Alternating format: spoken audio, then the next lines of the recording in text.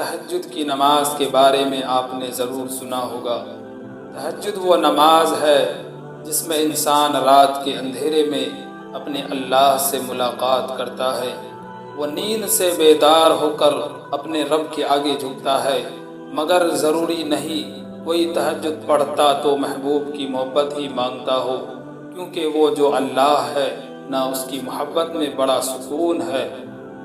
وہ جو اللہ ہے نا اس کی محبت میں بڑا سکون ہے۔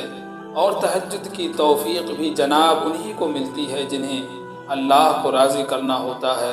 تہجد کے وقت کا سکون صرف وہی سمجھ سکتا ہے جس نے تہجد میں اللہ سے باتیں کی ہو، جس نے تہجد کی نماز میں بھی دنیا کی محبت نہیں اللہ کی محبت مانگی ہو۔